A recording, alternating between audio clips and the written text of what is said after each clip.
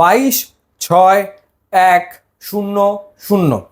সবশেষ 5টা আন্তর্জাতিক ওয়ানডে ম্যাচে লিটন কুমার দাসের পারফরম্যান্স, অর্থাৎ এই 5টা ওয়ানডে ইন্টারন্যাশনালস ম্যাচে লিটন রান করেছেন 29 এবং তার গড় হচ্ছে 6-এরও কম। সবশেষ যে 4টা ইন্টারন্যাশনাল টি20 ম্যাচ খেলেছেন লিটন কুমার দাস, রান করেছেন 0, 36, 7 এবং 1, অর্থাৎ 4টা টি20 ইন্টারন্যাশনালসে লিটন কুমার দাস রান করেছেন 44 এবং প্রতি ম্যাচে গড় হচ্ছে 11 সবশেষ 4 ম্যাচে, এবং সবশেষ 5 ম্যাচে ওয়ানডেতে তার রান হচ্ছে 29। লিটন কুমার দাস ঠিক এই মুহূর্তে তার ক্যারিয়ারের সবচেয়ে কঠিন সময়ে আছেন, কোনো সন্দেহ নেই। এবং বাংলাদেশের টিম ম্যানেজমেন্টের পক্ষ থেকে লিটনকে যে বার্তা দিয়ে দেওয়া হয়েছে সেটা একেবারে পরিষ্কার। প্রথম টি20 ম্যাচে জিম্বাবুয়ের বিপক্ষে আপনারা দেখেছেন জাকের আলী অনেক উইকেট কিপিং করেছেন, অর্থাৎ লিটনকে ফুললি কনসেন্ট্রেট করতে বলা হয়েছে তার ব্যাটিংয়ে। এবং বাংলাদেশের প্লেইং 11-এ যদি লিটন কুমার দাসকে থাকতে হয় তাহলে তাকে রান করে থাকতে হবে, তাকে ওপেনার হিসেবেই আসলে খেলতে হবে।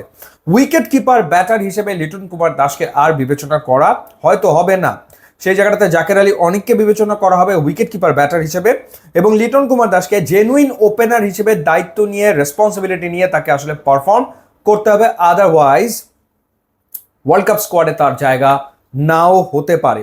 বিপিএলে কিন্তু Liton Kumar Das performed really well, তিনি কিন্তু খারাপ খেলেননি। 14 ইনিংসে 391 রান ছিল তার, স্ট্রাইক রেট 130.76 ছিল, হাফ সেঞ্চুরি ছিল 3টা, একটা 85 রানের ইনিংস খেলেছেন, 4 এবং ছক্কাও বেশ মেরেছেন, 40টা 4 এবং 17টা 6ও তিনি আসলে মেরেছেন। কুমিল্লা ভিক্টোরিয়ান্স ফাইনালেও খেলেছে। তখন মনে হচ্ছিল যে লিটন কুমার দাস নিশ্চয়ই এবারে টি20 ওয়ার্ল্ড কাপে দারুণ শেপে থাকবেন, দারুণ কিছু করে দেখাবেন।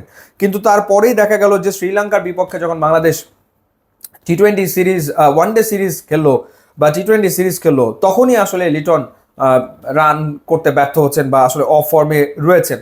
এবং পরবর্তীতে যেটা হলো সেটা হলো যে শ্রীলঙ্কার বিপক্ষে বাংলাদেশের ওয়ানডে স্কোয়াড থেকেই তিনি ড্রপড হলেন, এবং তারপর আমরা দেখলাম জিম্বাবুয়ের বিপক্ষে তিনি প্রথম টি20তে উইকেট কিপিং আসলে করছেন না। সো সেই ক্ষেত্রে দ্বিতীয় যে টি20 ম্যাচ জিম্বাবুয়ের বিপক্ষে বাংলাদেশ, এটা লিটন কুমার দাসের জন্য ভয়ঙ্কর রকম গুরুত্বপূর্ণ ম্যাচ। এই ম্যাচে তিনি যদি ফেল করেন তাহলে লিটারালি যেটা হবে, টিম ম্যানেজমেন্ট সিরিয়াসলি তারা তখন অল্টারনেটিভ অপশন পারভেজ হোসেন ইমন, যিনি স্কোয়াডে রয়েছেন এবং যিনি এবারে ঢাকা প্রিমিয়ার লিগে 623 রান করে সেকেন্ড হাইয়েস্ট রান গেটার, যার এবারে 47.92, তার ব্যাপারে চিন্তা করবে এবং তাকে হয়তো সুযোগ দিতে পারে। কারণ পারভেজ হোসেন ইমনেরও তো তৈরি হতে খানিকটা সময় লাগবে, সেই ক্ষেত্রে তাকে গোটা 3 ম্যাচ তো দিতে হবে এখানে জিম্বাবুয়ের বিপক্ষে, এবং আমেরিকাতে গিয়ে হয়তো কয়েকটা ম্যাচ দিতে হতে পারে আমেরিকার বিপক্ষে। তো সুযোগটা তখন পারভেজ হোসেন ইমনকে টিম ম্যানেজমেন্ট দেবে। সো লিটনের জন্য সেকেন্ড টি20 ম্যাচ খুবই গুরুত্বপূর্ণ। প্রথম ম্যাচে তিনি আসলে যেভাবে আউট হয়েছেন, অর্থাৎ মুজারাবানির গতি এবং সুইংয়ে পুরোপুরি পরাস্ত, ব্যাট এবং প্যাডের মাঝখানে বিশাল গ্যাপ, টেকনিকের দুর্বলতা, সেখান থেকে তাকে আসলে বেরিয়ে আসতে হবে।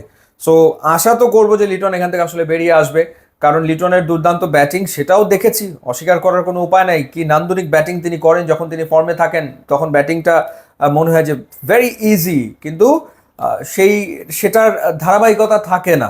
সো এই মুহূর্তে লিটন কুমার দাস তিনি আসলে বড় পরীক্ষায় আছেন। সো দেখা যাক সেই পরীক্ষায় তিনি উতরে যেতে পারেন কিনা, নাকি টিম ম্যানেজমেন্ট তার উপর থেকে আস্থা হারিয়ে পারভেজ হোসেন ইমনকে বিবেচনায় নিয়ে ফেলে। ইউটিউব ইনস্টাগ্রাম লিঙ্ক দেওয়া আছে, আপনারা যোগ দিলে খুবই খুশি হব। And thanks for watching.